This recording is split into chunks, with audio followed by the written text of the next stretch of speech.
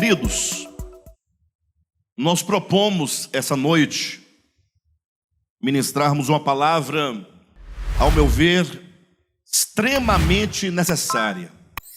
Você que é um cristão desde sempre, que nasceu em igreja, como se diz, ou você que já é cristão já bem velho, eu digo muitos anos como cristão, há muitos anos você recebeu a Cristo, como diz, aceitou a Jesus, ou você também que tem menos tempo de crente, de evangélico. Eu quero que todos nós aqui essa noite prestemos bastante atenção nessa ministração, levemos essa ministração bastante a sério.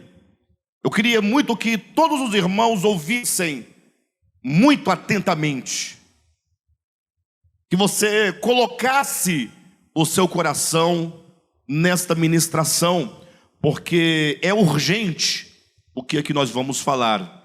Lógico que não queremos aqui, não temos a pretensão de trazer nada novo, no sentido de inédito que você nunca tenha ouvido, e esse é um defeito que nós temos, porque nós somos consumidores intelectuais de pregações e de outras coisas mais, e sempre estamos querendo ouvir alguma coisa que nós não sabíamos, ou seja, nós somos curiosos, queremos aprender intelectualmente, mas não mensuramos o quanto do que nós aprendemos foi absorvido por nós, o quanto que nós temos entendido da Bíblia Sagrada tem sido digerido e faz agora parte do nosso ser.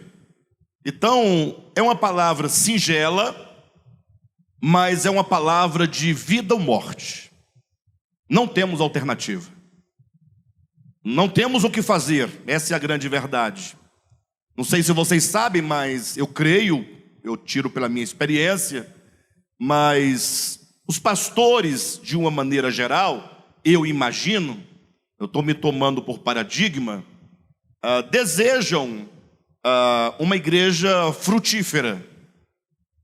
Mas frutífera que eu me refiro é uma igreja cujos membros, cujas pessoas produzam frutos e sejam elas mesmo frutos do ministério.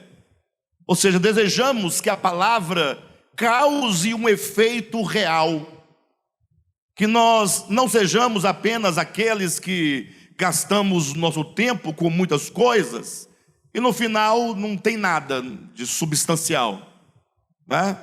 Nós queremos sim, nós temos um desejo de que a igreja tenha um crescimento saudável e normal, segundo se espera de alguém que se alimenta do evangelho, como uma criança, alguém que tem um filho, um casal tem um filho, e esse filho, bem, os pais desejam que ele nasça com saúde e que ele se desenvolva e que ele passe por todas as fases do seu crescimento em normalidade, sendo alimentado, né, sendo nutrido, e que essa criança cresça integralmente, espírito, alma e corpo, segundo, com saúde, com perfeição, se torne depois uma pessoa adulta, robusta, inteligente, espiritual, moral, ética, um bom cidadão, uma boa cidadã,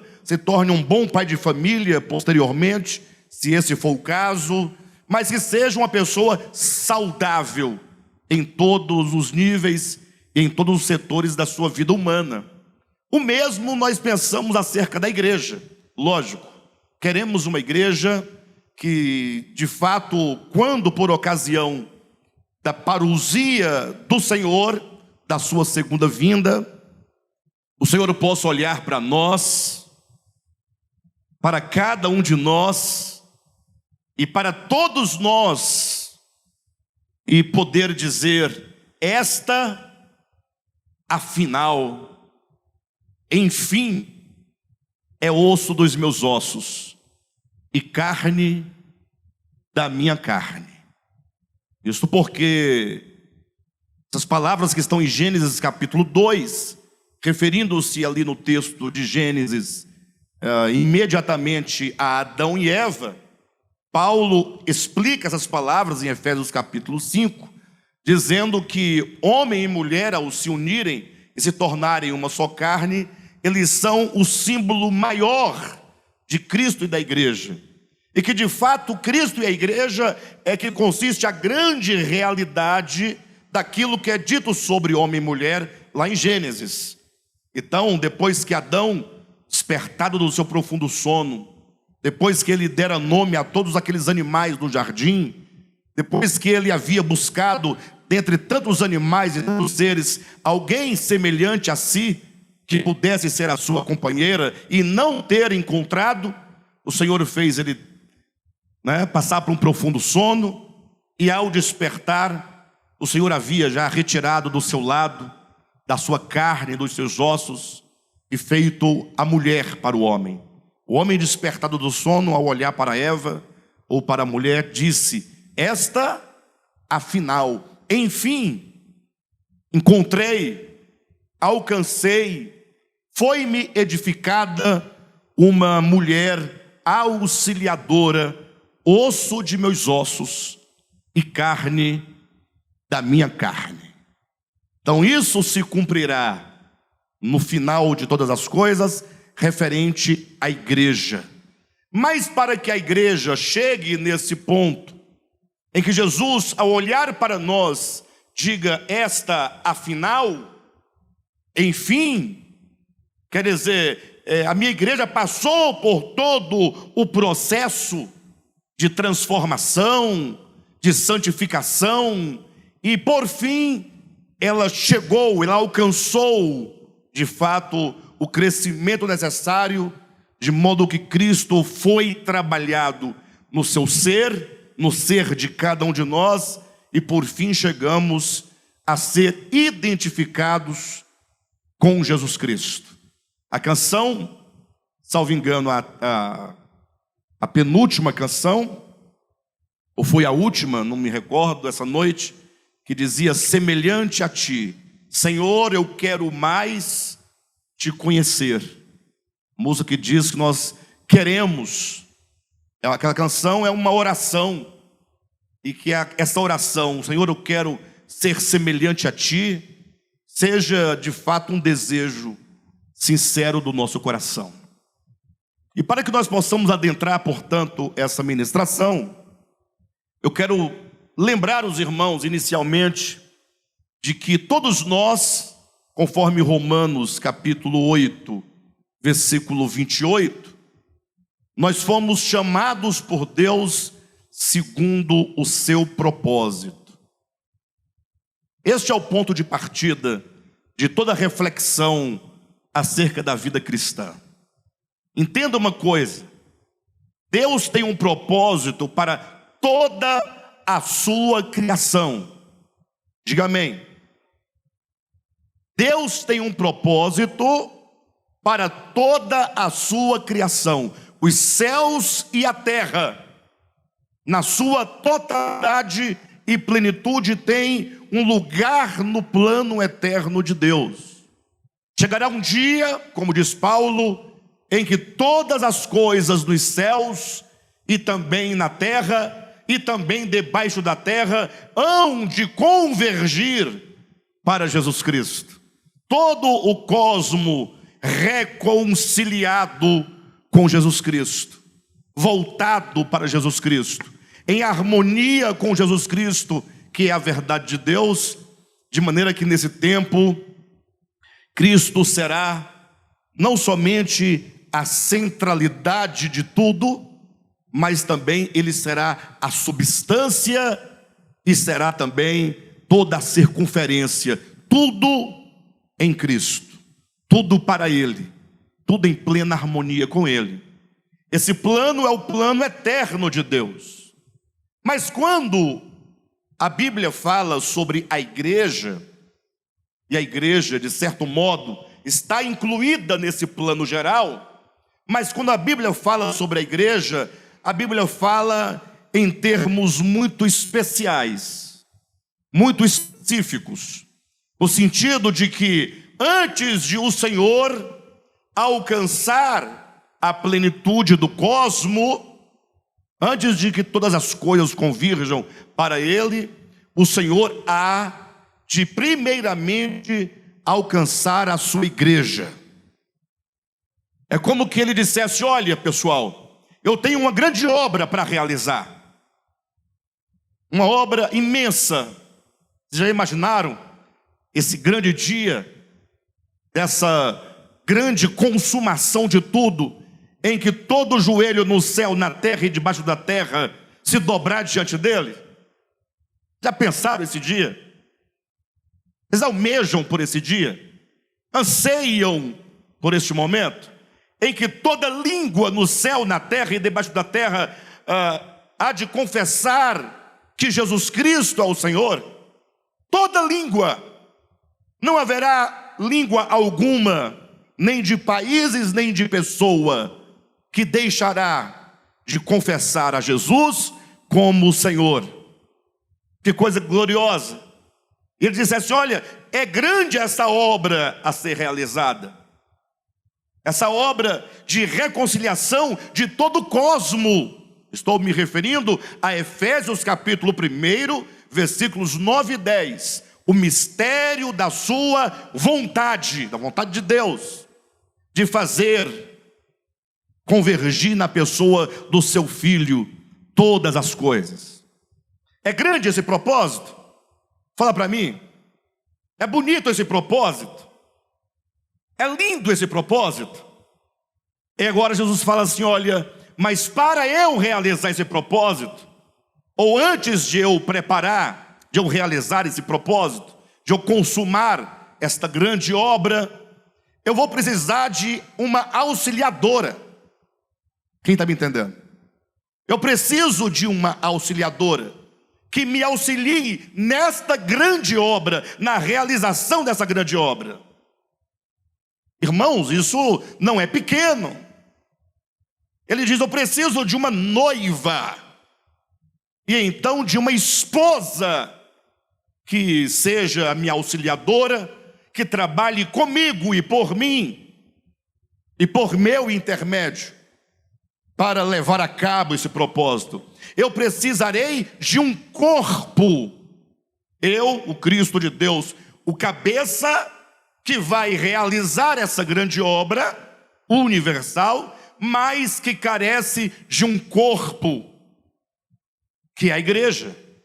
E para tanto, o Senhor nos elegeu e nos predestinou. Não sei explicar. A predestinação sempre será para nós um grande mistério, mas não por causa das questões teológicas que criam por aí, não. Mas o grande mistério no sentido de, imagine, Deus fala assim: olha, eu quero uma noiva para o meu filho, Jesus, para que essa noiva seja auxiliadora dele na construção desse projeto, na elaboração desse projeto. E aí ele fala: tá bom, então vamos, para produzir essa noiva, que é uma noiva coletiva, então o Senhor vai eleger pessoas para compor essa noiva. E aí vai saber como e por quê. Deus escolhe a Vera. Não faz sentido.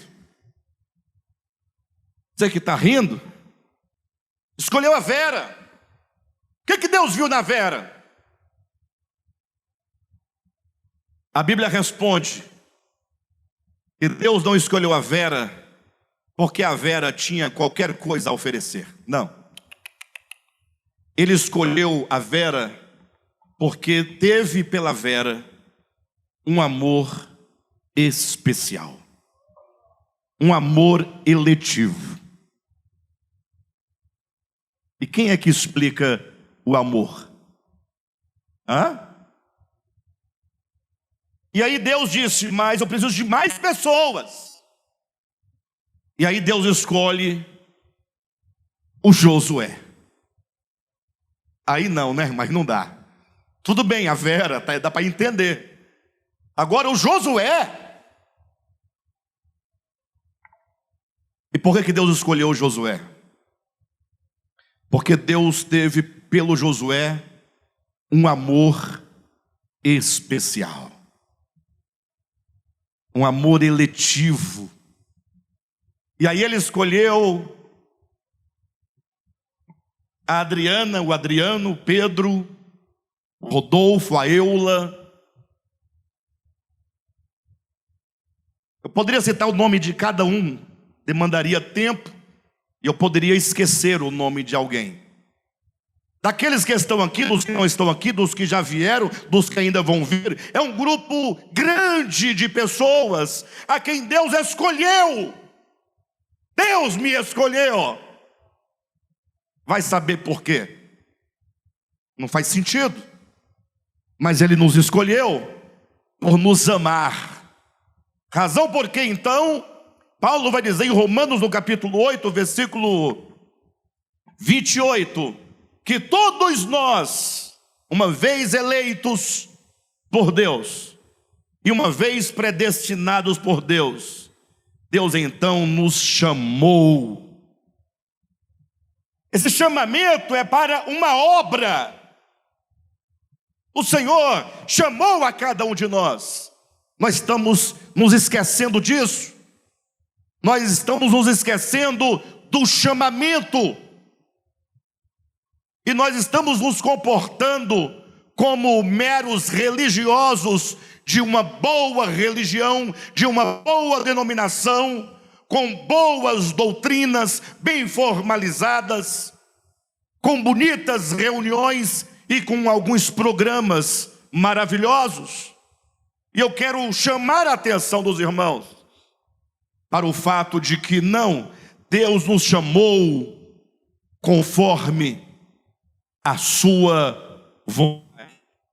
Ou melhor, que todos nós, eleitos e predestinados por Deus, fomos chamados segundo a vontade de Deus. Deus, quando nos chama, Ele nos chama porque Deus tem uma necessidade. Deus tem uma necessidade. Mas não entenda a necessidade como sendo falta de poder, de capacidade. Não. É porque no plano de Deus, assim Ele quis, assim Ele determinou. Ele, na sua soberania, decidiu que cada um de nós, eleitos por Ele, predestinados por Ele, seríamos chamados por Ele para um propósito específico.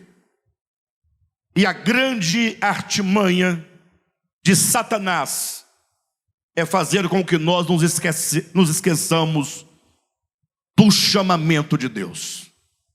E fazer com que nós percamos de vista a razão do nosso chamamento. Porque quando nós perdemos de vista o próprio chamamento e a razão do chamamento, nós então nos enfraquecemos e passamos a viver para nós mesmos. Não é que você não tem uma vida humana, tem. Você trabalha, se casa, você tem filhos, você estuda, você tem projetos humanos, mas tudo isso dessa existência terrena é secundário. É secundário. Existe algo maior, algo em primeiro plano, que deve ser levado em consideração. Deus chamou a Andréia. Você foi chamada, você nem tinha nascido, e Ele já havia escolhido, predestinado, e num dado momento Deus chama Andréia. A voz do Espírito Santo te chama para que você atenda ao chamamento e diga: Senhor, eis-me aqui para realizar a tua vontade. Quem está entendendo? Então existe uma obra que o Senhor precisa realizar em nós, para nos qualificar para a obra que Ele quer que nós com Ele cooperemos. Ouça o que eu estou dizendo. Existe uma obra a ser feita em nós, para que então nós sejamos o quê? Qualificados para podermos cooperar com Ele na obra que Ele vai realizar para todo o cosmo. Precisamos de adequação, precisamos de formação. Não é formação acadêmica, não, a formação do nosso ser. Então, antes de nós pensarmos na obra que precisamos realizar, precisamos pensar na obra que Deus está realizando em nós. Já observaram que a grande e a maior preocupação de todos os crentes é o que Deus quer que eu faça para Ele? Sim ou não? O que é muito bom e positivo. Mas poucos perguntam: qual é a obra que o Senhor tem a realizar na minha vida? Sabe por que a maioria não pergunta isso? Simples, porque elas foram enganadas. Porque nós fomos enganados. Porque nos disseram que precisávamos aceitar a Jesus, ser batizado, deixar de fazer isso ou aquilo outro, mudar a veste, mudar a comida, mudar a bebida, mudar os programas, e pronto, agora já estamos salvos, está tudo resolvido, e agora vamos fazer a obra de Deus. Mas não. A obra que o Senhor tem para realizar em nós é uma obra de conformação de cada um de nós à imagem do seu Filho primogênito. Quem está entendendo? O Senhor Deus, Ele tem um propósito específico na nossa vida enquanto igreja, enquanto eleitos e predestinados. E esse propósito consiste em quê? Abra sua Bíblia em Romanos, capítulo 8, versículo 28. Quero que você veja, que você leia, que você enxergue na sua Bíblia. Sabemos, que interessante, sabemos, você sabe? Você sabe? Por que você finge que não sabe? Vive como se não soubesse. Olha lá, olha lá. Sabemos que todas as coisas, e olha que se você me perguntasse o que todas as coisas são essas, todas as coisas, eu diria que sim, são todas as coisas, mas no texto, todas as coisas aqui são principalmente as coisas negativas, os sofrimentos, aquilo que nos faz sofrer, aquilo que nos faz morrer. Ou seja, falando Paulo aqui dos sofrimentos que nós passamos, das angústias, das dificuldades, dos problemas, ele diz: nós sabemos que todas as coisas cooperam para o bem daqueles que amam a Deus, daqueles que são chamados segundo o seu propósito. Você foi chamado por Deus? Lembre-se, a quem Deus chama? Aqueles a quem de antemão os amou eletivamente. Aqueles a quem de antemão elegeu e predestinou, a esses também chamou. Você foi chamado? Você foi chamado. Os irmãos não estão entendendo, eu não estou falando de teologia, nem de doutrina, porque pega-se muitas vezes, e não raras vezes, textos como esse para debater qual é a doutrina que está de acordo, e eu não estou debatendo. Tem muito tempo que eu não debato doutrina, e não vou debater doutrina, porque agora eu vou à Escritura para poder perceber o que Deus quer de mim e em mim. Não vou para encontrar conceitos, meramente debater, discutir, isso não produz nada. Sabemos que todas as coisas cooperam para o bem daqueles que amam a Deus, daqueles que são chamados. Você foi chamado por Deus? Irmão, reaviva em você esse chamamento. Faça esse chamamento brotar de novo. Peça a Deus: Senhor, eu quero sentir no meu coração a chama do chamamento. Você não veio a este mundo para qualquer outra coisa, senão para atender a este chamamento. O restante é o restante. Tudo mais da sua existência é restante. Lembra lá de Mateus capítulo 5, ou capítulo 6, quando Jesus fala: buscai, pois, em primeiro lugar o reino de Deus e a sua justiça, e as demais coisas serão acrescentadas. Tudo mais que não é o reino de Deus e sua justiça são as demais coisas. Não existe segunda coisa. Primeiro lugar, o reino de Deus. Em segundo, não tem. Tudo mais são demais. É o restante. O que significa que você só vai ser pleno quando você se encontrar dentro desse chamamento. Reaviva em você o chamamento. Precisamos começar daqui. Não adianta fazer outra coisa. O texto da pregação ainda está lá em 2 Coríntios 3, que nem lemos nada ainda. Mas é que temos que começar daqui. Se você sair daqui essa noite, e se você não sair daqui pelo menos preocupado ou pensando: puxa, eu preciso que esse chamamento possa renascer em mim, então não aconteceu nada. Cooperam para o bem daqueles que amam a Deus, daqueles que são chamados segundo o seu propósito. Então você foi chamado segundo um propósito. Aí o segundo ponto é: tá bom, Senhor, o Senhor me chamou. Preciso que esse chamamento seja reavivado dentro de mim. Agora, Senhor, eu preciso de relembrar o propósito.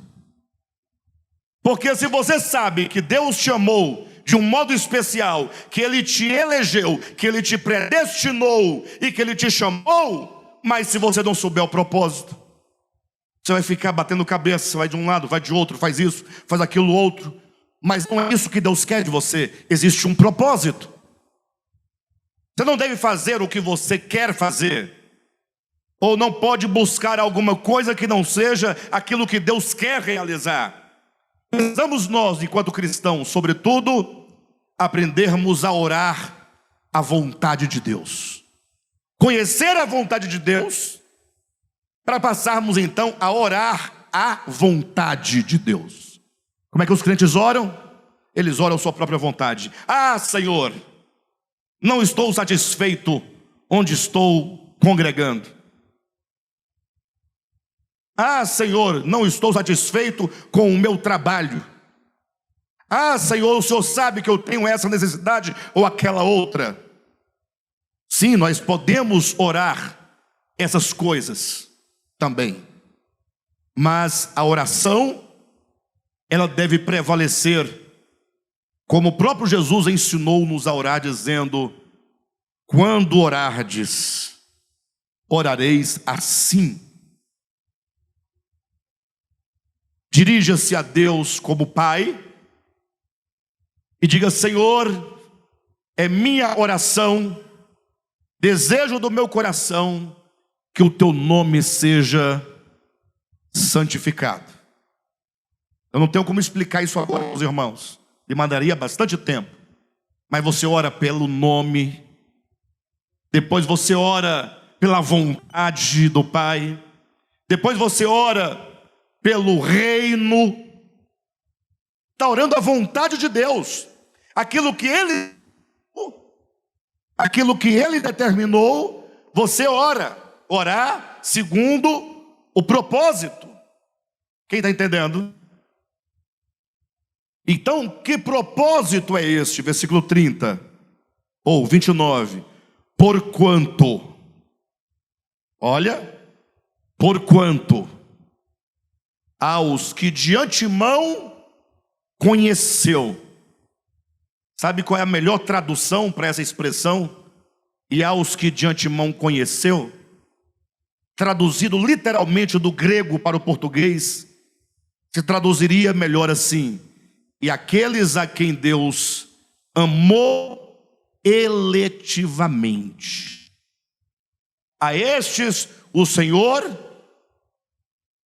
predestinou. Está aí na sua Bíblia? E aos que ele predestinou, a estes também chamou. Continuando. Porquanto aos que de antemão conheceu, também os predestinou para serem. Também os predestinou para serem. Serem conformes. Também os predestinou para serem conformes. Esse verbo aí, conformar. Para serem conformados. Para serem conformados à imagem de seu Filho. É isso aí. Você foi eleito. Você foi predestinado. Você foi chamado para ser o quê? Para ser o quê? Para ser o quê? Para serem conformados à imagem do seu Filho. Do seu Filho. Como é que diz na sua Bíblia? Para serem conformados à imagem do seu Filho, a fim de que ele, o Filho, seja o quê? O primogênito entre muitos irmãos. Olha o que Deus quer. Deus quer que o seu Filho Jesus seja não o Filho unigênito, único, não. Ele quer que Jesus seja o primeiro. O primeiro. E agora, toda a igreja ser agora os irmãos de Jesus. Cristo ser o primogênito entre muitos irmãos. Mas para ele ser o primogênito entre muitos irmãos, nós precisamos o quê? De sermos conformados à imagem dele. Bem, é isso aí. É isso que nós temos que entender. Dito isso, nós temos um problema. E aí nós chegamos ao tema, né?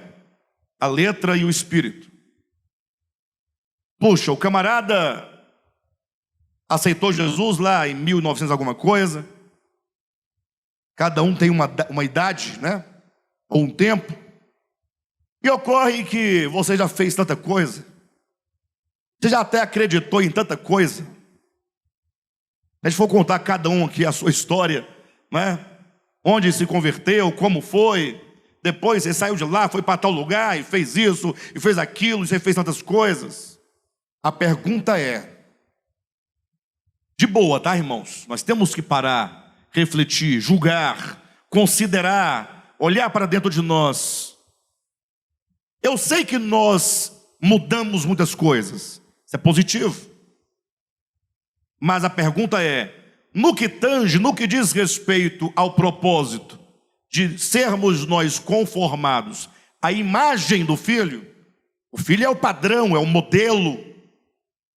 Ele é o padrão. Quanto do que até agora fizemos cooperou para essa transformação, efetivamente?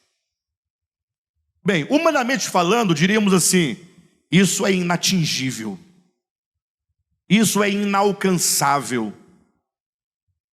nós humanamente olhando para Cristo, o modelo, o padrão, e nós olhando para nós mesmos, cheio de nó pelas costas, cheio de perebas espirituais, defeitos, eivas, vícios, um caráter deformado, cheio de inveja, maldade, maledicência, mentira, facção, inveja, ciúmes, contendas, inimizades.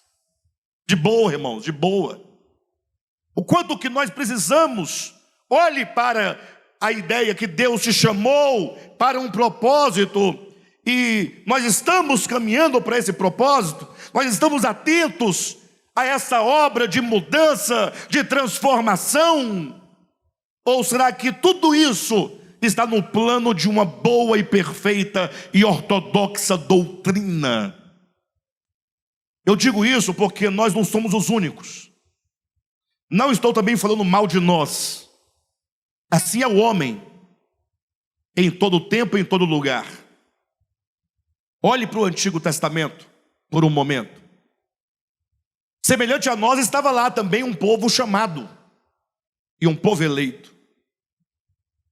No post que nós mandamos para vocês, e no que estava escrito abaixo do post, tinha uma pergunta: em que nós temos errado?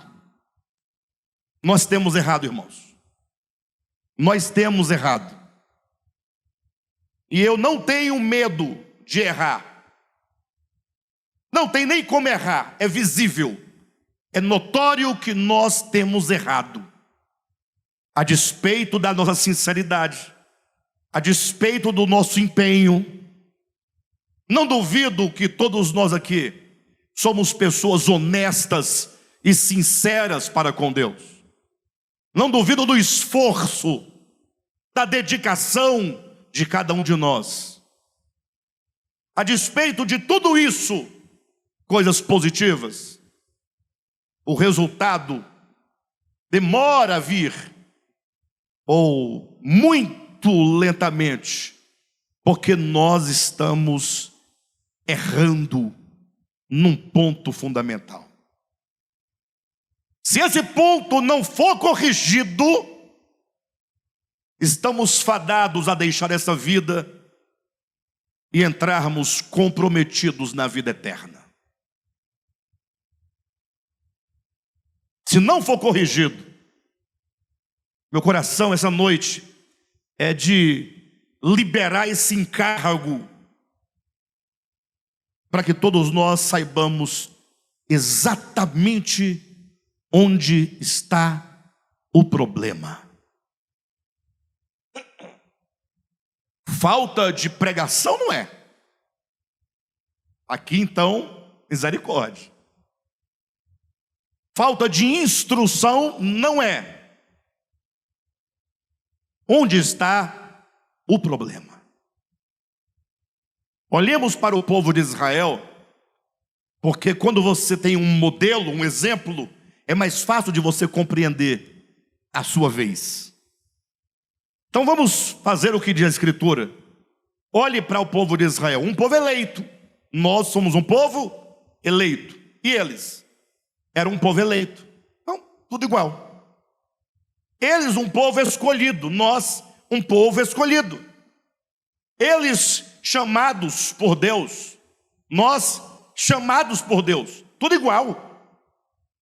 Eles chamados com um propósito, nós chamados com um propósito.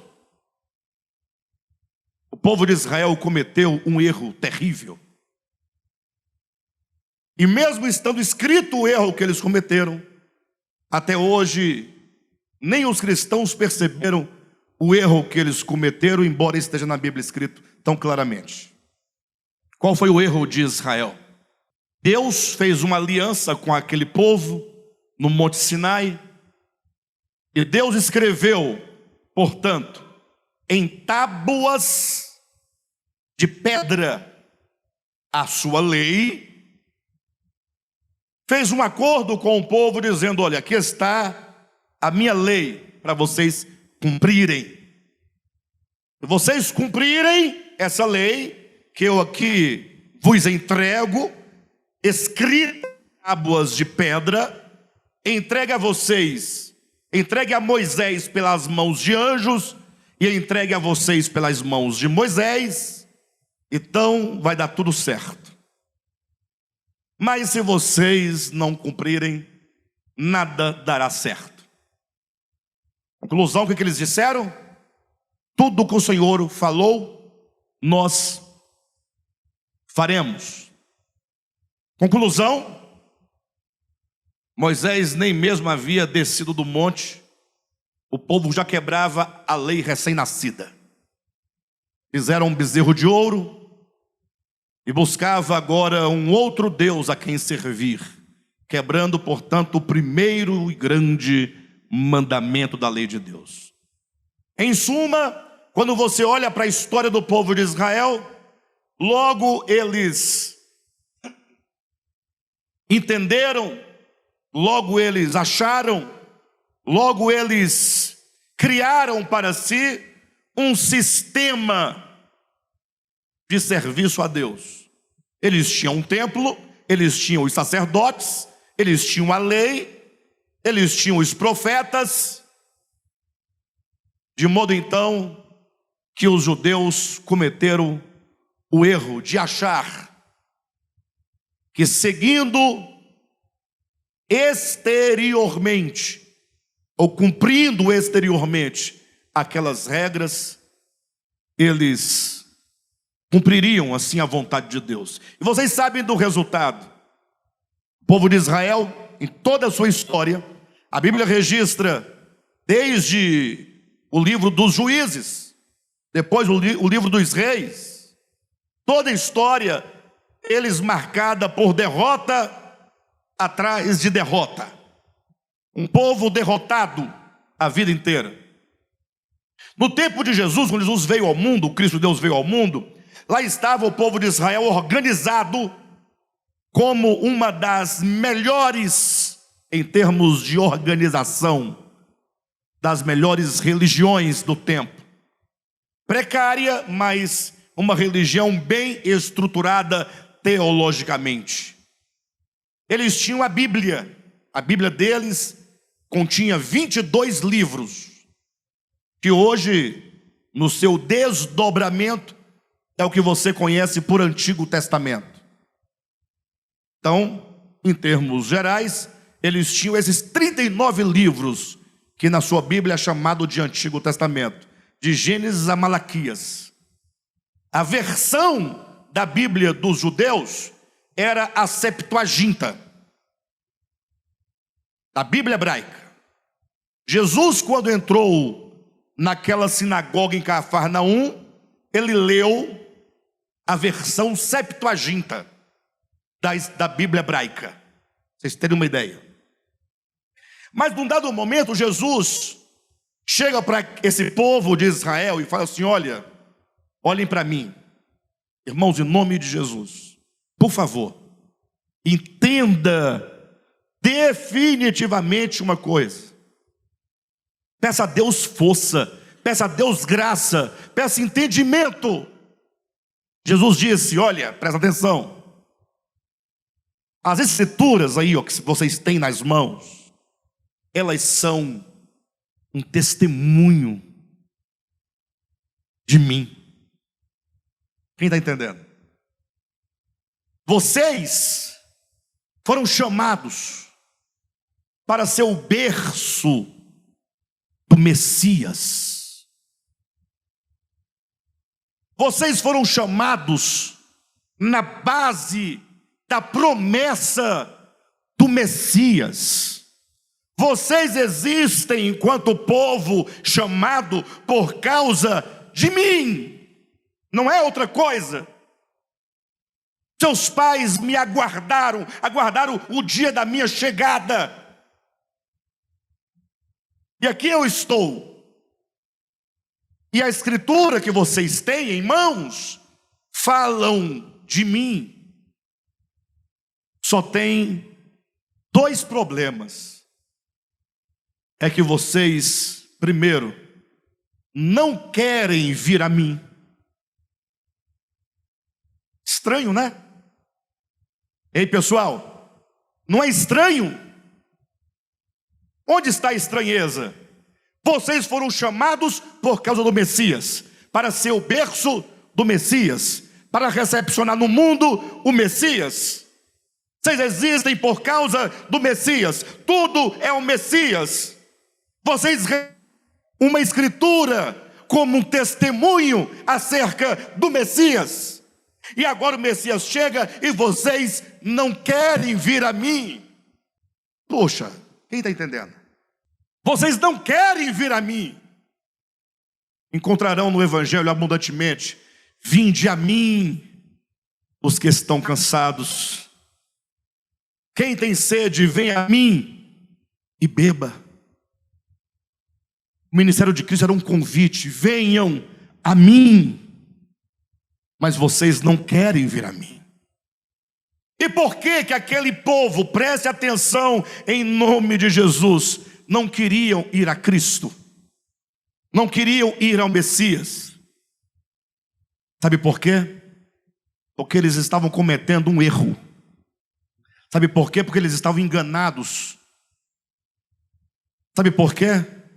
Porque eles estavam satisfeitos com outra coisa, com a Escritura. Isso não diminui a Escritura. Não, não. A Escritura é maravilhosa. Ela tem um papel maravilhoso. Ela é inspirada por Deus. Não está aqui o problema. O problema não está na Escritura. O problema é que vocês não querem ir a Cristo, mas vocês querem ter uma boa religião calcada nas palavras escritas em papel, em papiro, no lugar de vir a mim e se relacionar comigo, se envolver comigo, permitir ser trabalhado por mim, unir-se a mim na minha morte, na minha ressurreição, andar comigo, ser discipulado por mim, ser conformado à minha imagem. Eles queriam ficar dentro de uma capela, eles queriam ficar dentro de uma sinagoga ou no templo, lendo, relendo, debatendo, discutindo os textos, as palavras, as vírgulas, as doutrinas, se gloriando na doutrina. Onde estava o problema? Vocês não querem vir a mim, olha, para terdes vida. Só tem vida em Jesus. Não há vida fora de Jesus. Fora de Jesus você vai ter um templo, pode ter. Você vai ter uma boa doutrina, pode ter. Bons costumes, pode ter. Uma boa moral, pode ter. Mas não tem vida. Razão porque toda a nossa religião é apenas uma casca. Nossa religião é uma mentira. Porque falamos, bradamos, gritamos e até condenamos as pessoas que não seguem a nossa fé, mas nós não somos em nada diferentes daqueles a quem nós condenamos. Somos iguais ou piores, orgulhosos, facciosos. Nosso país está dividido. Mas não é só o país que está dividido, a igreja está dividida. Irmão, aqui dentro desse local de reuniões do DEVAP, inacreditável olhar para o outro e falar: o teu Deus não é o meu Deus. Aqui dentro desse local. E agora? E agora? Para que serve a nossa religião? Para que serve? Para nada. Nada, nada, nada. nada. Lixo. Pior do que lixo. A melhor doutrina, por mais ortodoxa que seja, é lixo. Se você não tomá-la da maneira correta.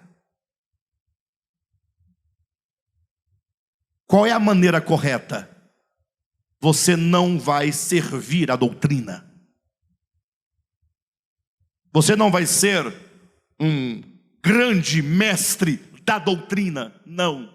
Você vai olhar para o texto e diz: obrigado, texto.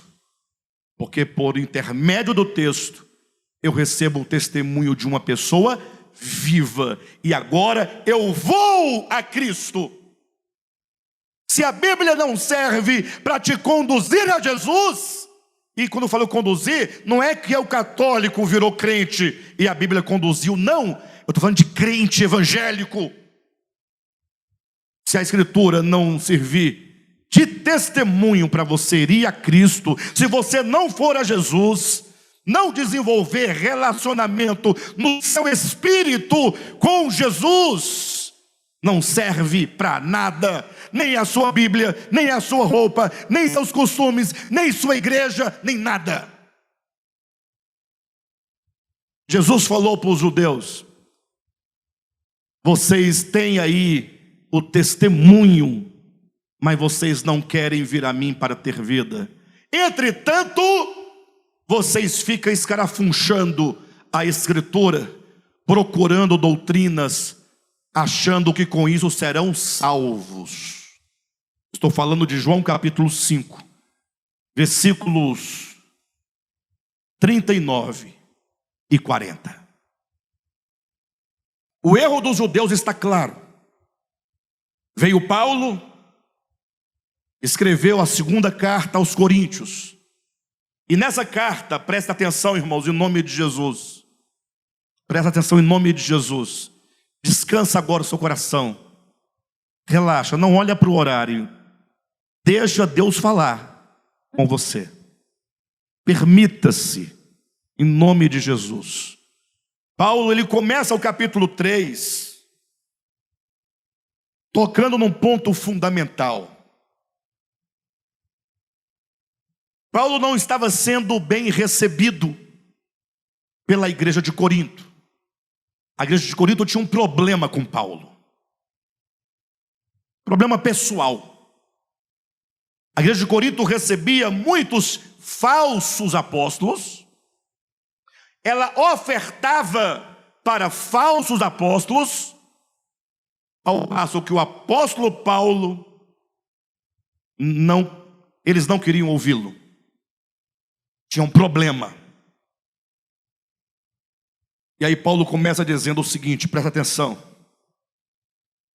Começamos porventura, capítulo 3, a partir do 1. Começamos porventura outra vez a recomendar-nos a nós mesmos? Ou seja, será que eu tenho que ficar dizendo para vocês quem eu sou? Eu quero que os irmãos vejam onde está o problema aqui, que ele vai apresentar, que é o nosso problema também, tá? Vamos ter que outra vez começar a nos recomendar a nós mesmos para vocês. Tem que ficar me justificando, dizendo que eu sou apóstolo porque Jesus me chamou. Vocês já ouviram o meu testemunho lá de Damasco, vocês já sabem. E vocês também já sabem do trabalho que nós realizamos entre vocês. Olha o que ele está dizendo.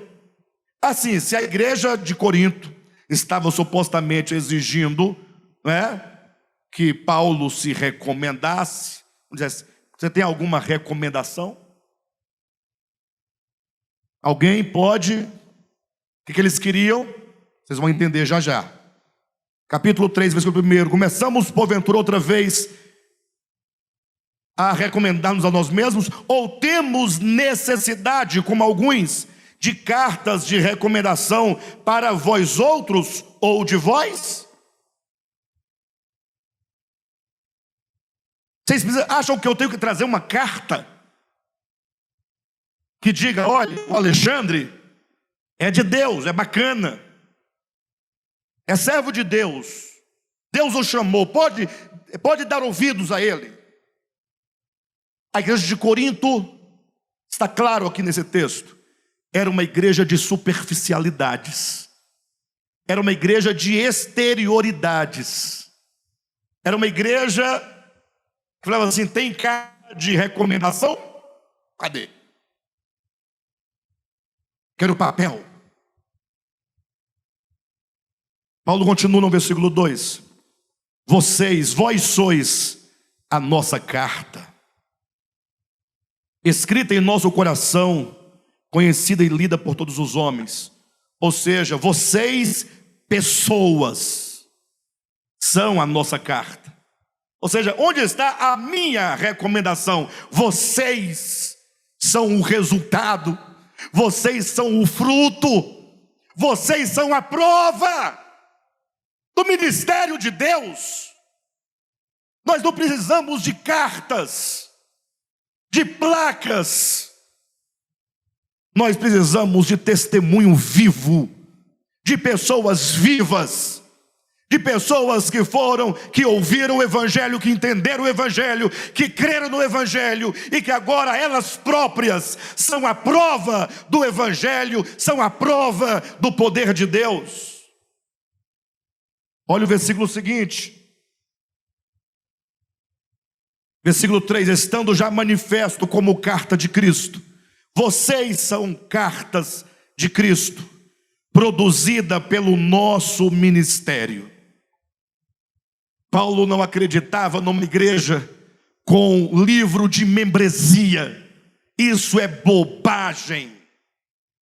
Paulo não acreditava numa igreja de carteirinha de membro. Isto é bobagem. Paulo não acreditava numa igreja com certidão de batismo. Isso é bobagem. É porque ali os irmãos têm, quando alguém vai para outra cidade, eles levam carta de recomendação, papel. No papel cabe tudo, cabe qualquer coisa. Você mesmo pode fazer e assinar o nome de outro. Paulo disse: vocês são a nossa carta. Igreja de Jesus, nós precisamos de ser cartas. Você é a carta. Uma carta é para ser o quê? Lida. E ele diz: já está demonstrado o manifesto, estando já manifestos como carta de Cristo, produzida pelo nosso ministério. O que o ministério faz? Vocês já estão manifestados como cartas de Cristo. Sim ou não? Ei, pessoal, cartas. Você é uma carta. O mundo tem que ler em você o que está escrito aí. Cartas escritas, não, produzidas. Produzida, estando já manifestos como carta de Cristo, vírgula, produzida pelo nosso ministério. Qual é a função do ministério? Estando já manifestos, vocês já se manifestaram como cartas de Cristo, produzidas. Quem foram produzidas? As cartas, produzidas pelo nosso ministério. Qual é a função do ministério? Produzir cartas. Agora, neste momento, estamos escrevendo cartas. Se a palavra entrar no seu coração, fizer morada no seu coração, a carta está sendo escrita. Mas se você não acolher a palavra, você vai ser uma página em branco. No mínimo, ou escritas muitas coisas ruins. O ministério produz cartas. Onde, como, com que tipo de instrumento? estando já manifestos como carta de Cristo, produzida pelo nosso ministério, escrita não com tinta, mas essa carta, produzida pelo ministério, ela é escrita pelo Espírito do Deus vivente. É o Espírito de Deus quem escreve dentro de nós a vontade de Deus, a lei de Deus sendo inscritas nas consciências e nos corações. É assim que nós vamos sendo transformados, conformando-nos à imagem de Jesus. É tão bom falarmos, estamos sendo conformados à imagem de Jesus. O propósito de Deus é sermos conformados à imagem de Jesus. Isso é verdade, isso também é uma doutrina. A pergunta é: pastor, eu quero ser semelhante a Jesus, eu quero ser conformado à imagem de Jesus. Seja honesto com você mesmo. Não levante a sua mão, mas responda para você de verdade, não como crente. Responda como ser humano sincero. Você quer ser conformado à imagem de Jesus? Não se precipite. É bobagem isso. Você pode responder assim, vou dar algumas alternativas. Você pode responder assim: eu gostaria.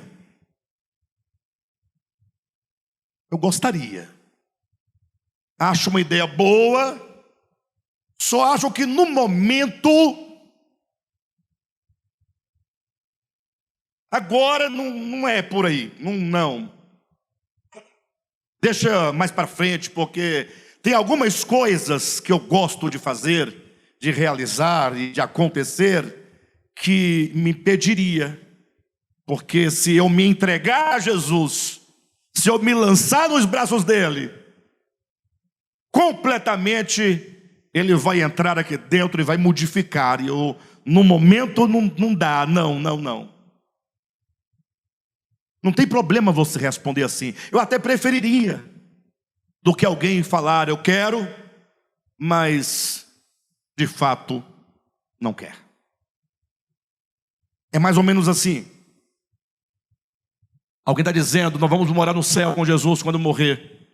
Você está só ouvindo. E o céu é maravilhoso. O céu é uma glória só. O céu. Você fala assim: lá é bom? É. Mas é melhor do que aqui na terra? Eu acho que não pode ser. O céu não pode ser melhor do que a terra. A terra é um lugar bom demais, irmãos. Aí o crente fala: não fala uma blasfêmia dessa. O céu é maravilhoso. Essa terra não presta. Essa terra não vale nada. Cheia de miséria e pecado. Você quer ir para o céu agora? Agora? Tu responde o quê? Não é bem assim. Não. Mas se lá é tão bom e aqui é tão ruim, por que você quer postergar a sua ida para um lugar tão bom? Então essa pessoa mente. Ou ela não acredita que o céu é tão bom assim, tem dúvida, ou a terra não é tão ruim assim como ela diz. Porque se essa proposição estiver correta, eu gostaria de ir para o céu hoje, agora, neste momento. E aqui, dane-se aqui. Lá é melhor. Alegrias, prazeres, deleites, glórias. Mas entenda, voltemos ao ponto. Você quer ser conformado à imagem de Jesus? Se você quiser, se você se decidir, ouça, você terá que lançar-se nos braços de Jesus. E se você for a Cristo para ter vida, não é vir aqui à frente, não. Se você for a Cristo, se você se voltar para dentro de si, o reino de Deus está dentro de vós. Cristo habita você, se você se voltar e do mais profundo do seu ser e do seu coração, no silêncio da sua alma, mas com o ímpeto do Espírito, você invocar o nome de Jesus.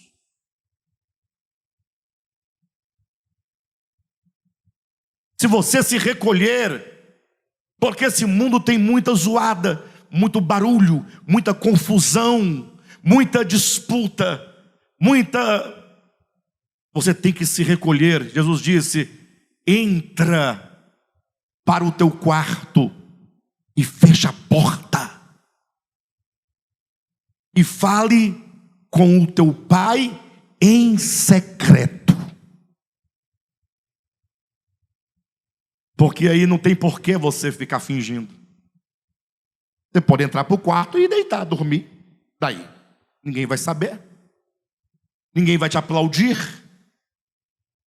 Quando diz entra para dentro do seu quarto, alguém fala: mas eu não tenho um quarto, eu durmo na sala. Alguém não pode falar assim? Essa pessoa está impedida de entrar no quarto e orar? Não. Por que, se ela não tem quarto? Porque o quarto quer dizer: entre para dentro de você, no seu íntimo, no seu espírito, no seu coração. Você é santuário de Deus, você é templo do Espírito Santo. Entra para o recôndito, no silêncio da sua alma, e invoque o nome de Jesus, e diga para Ele, somente para Ele: Senhor, eu quero e eu preciso ser conformado à tua imagem. Ensina-me o caminho, mostre-me o caminho, tome-me pelas mãos e me conduza pelo caminho estreito. E Ele vai te tomar pelas mãos e Ele vai te conduzir. Vocês já estão manifestados como cartas de Cristo, escritas não com tinta, mas pelo Espírito do Deus vivente. O texto continua: não em tábuas de pedra. Pausa. Onde é que é inscrita a vontade de Deus? Essa carta de Cristo é inscrita onde? No coração. É com tinta? É com quê? É o Espírito de Deus quem grava dentro de você. Não é fora de você, é dentro. E aí tem que ter uma ressalva, para que você não se engane, vírgula: não em tábuas de pedra. A nova aliança, a vida com Deus, a vida cristã, não é uma vida de relacionamento baseado em coisas, no parâmetro de doutrinas. Não, é dentro, é no interior que acontece a vida cristã. Tudo acontece dentro do homem. Onde é que nós estamos errando? É que nós temos feito uma boa religião com coisas externas. Defendemos a Bíblia, isso é bom, mas não é tábuas de pedra, mas é folhas de papel, escrita com tinta da gráfica. Isso não diminui a Bíblia, não, queridos, não. Eu quero dizer que essa relação, esse relacionamento religioso que tem por parâmetro as coisas externas, foi o grande erro dos judeus, e tem sido o grande erro da igreja, e tem sido o nosso devap, o nosso erro. Não escritas em tábuas de pedra, mas pelo Espírito do Deus vivente. Esse ministério lutou muito tempo. Livros, inclusive, escrevemos para explicar a antiga aliança e a nova aliança. Fantástico. Foram tempos fantásticos. Está aí para quem quiser ler. Odre Velho e Vinho Novo trata desse tema. Fantástico. Mas erramos. Porque toda a nossa preocupação era levar os irmãos a saber a diferença entre um e outro. Ficamos no âmbito de quê? Da letra. E o pior, falando da nova aliança, na letra, resolve o quê? Nada. Entendo em nome de Jesus. Eu precisava de mais umas 2 horas, mas tenho que me caminhar para o final. Mas vejam, aproveita que o Espírito Santo está trabalhando aí, e se vier alguma coisa ruim em você já pede para o Espírito Santo repreender.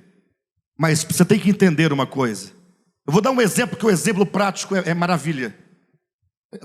O exemplo fala tudo. Tem uma parte da população brasileira, salvo engano,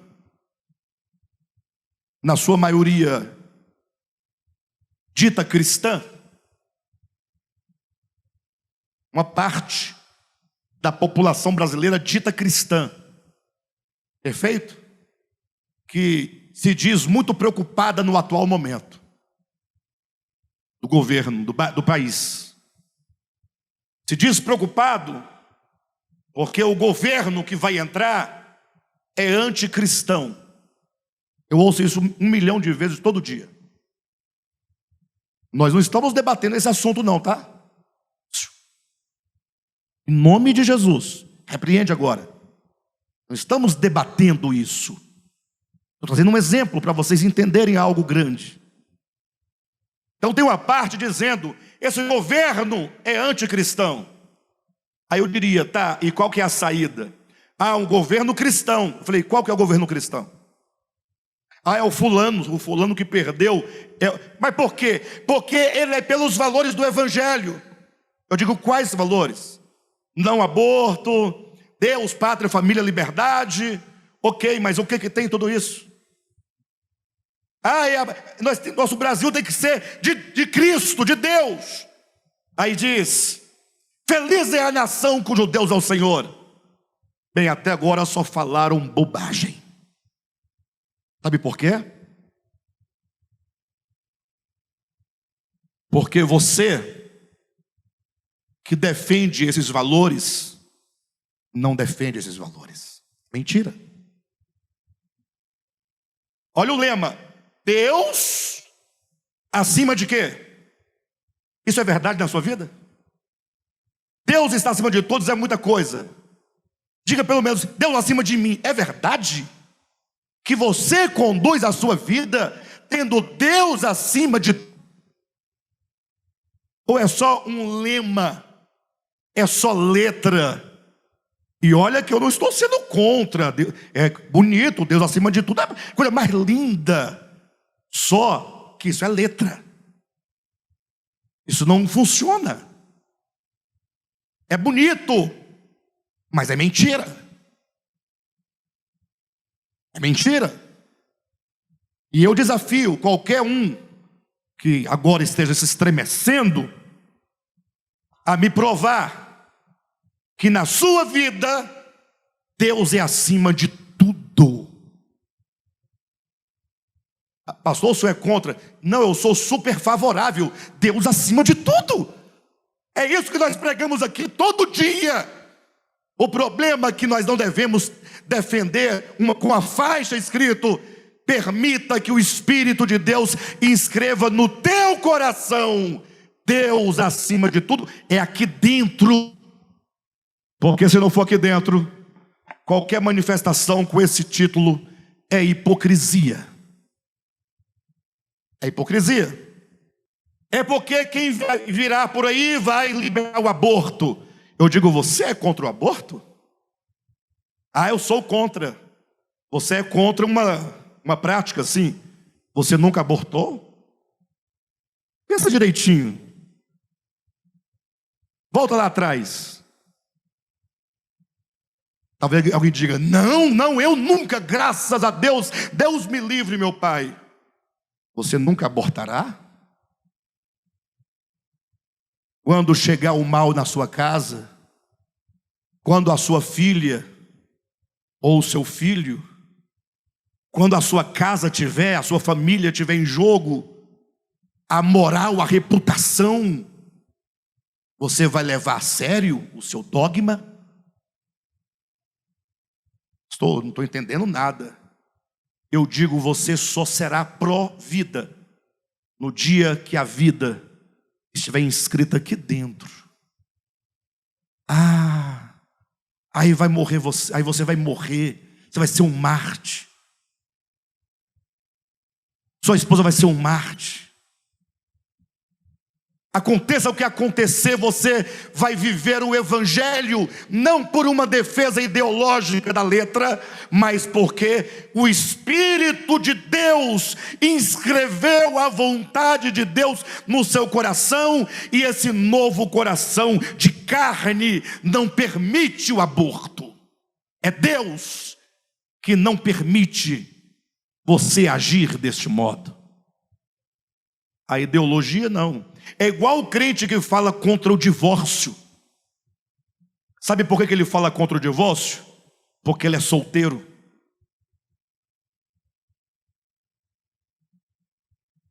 Pastor, eu sou casado. Você fala contra o divorciado. O divorciado. Porque seu casamento está equilibrado. Daqui a pouco você vai chegar, vai se sentir numa situação como você nunca esteve. Aí você vai procurar, pastor, como é que é o negócio do divórcio mesmo? Aí você vai atrás de versículo para poder fundamentar a tua separação, porque agora é com você. Por isso que pastores pregavam de um modo, depois tiveram que mudar a pregação para outro modo. E não estou falando do DEVAP não, porque o DEVAP só anda para frente. Eu estou me referindo àqueles que outrora condenavam a prática, e a internet não perdoa ninguém, tudo fica registrado, e depois a pessoa tem que recuar, porque agora o mal chegou na sua própria casa. E é assim que nós somos. Falamos uma coisa, fazemos outra. Acusamos os outros porque a situação é dele, não é minha. Mas se a situação for minha, eu peço misericórdia. Eu vou atrás de texto bíblico para fundamentar. Tudo isso que eu estou dizendo é apenas para dizer, não a favor de divórcio, nem de aborto, nem ser contra Deus, Pátria, Família e Liberdade. Não estou falando de política, eu tomei esse exemplo para mostrar que essas coisas, enquanto exteriores, não têm nenhum valor contra a carne humana. Não consegue, não adianta defender preceito. Quem mais defendia preceito na história da humanidade eram os judeus. Os 10 mandamentos se desdobraram em 613 preceitos. E Jesus disse: vocês atam fardos tão pesados sobre as pessoas, e vocês nem com um dedo conseguem mover. Os preceitos, as exigências, as doutrinas, até doutrinas mais límpidas, como a pregada aqui no domingo passado, ser bem-aventurados mansos. Isso é lindo demais, não é? Mas não serve para nada. Não serve. Bem-aventurados mansos. Aí quando eu chego lá, eu esqueço a pregação do Josué. Eu viro um demônio, um Satanás, com violência, com maldade, com mentira, com disputas. Quem está entendendo, pessoal? Queridos, tudo. Eu vou pedir uma coisa para vocês, todos vocês que estão em casa e os que estão aqui. entendam, que nós dissemos aqui hoje à noite, em termos específicos, de um lado ou de outro, você às vezes se revolta, as pessoas falam, o pastor Alexandre está em cima do muro, não se decide, tem que se posicionar. Eu digo, você tem que se converter. Ouça em nome de Jesus, não adianta. A nossa única saída é sermos cartas vivas. Se inscrever aqui dentro, pode cair o mundo. Nós vamos até o fim. Se quiserem nos matar, poderão fazê-lo. Se quiserem escrever leis contra Deus, pode escrever, mas não pode apagar o que está escrito aqui dentro de nós. A melhor maneira de você defender a sua fé não é bradando aos quatro ventos, é vivendo-a interiormente. Aí você não precisa bradar nem levantar faixa, porque as pessoas lerão em você o Evangelho. Você é uma carta viva. Amém, queridos? Vocês entenderam a mensagem essa noite? O recado de Deus? Esse recado é primeiro para mim. Amém? Aí eu comunico para vocês. Eu estou apenas comunicando o que Deus me falou. É a nossa necessidade. Vamos buscar o Senhor. Amém?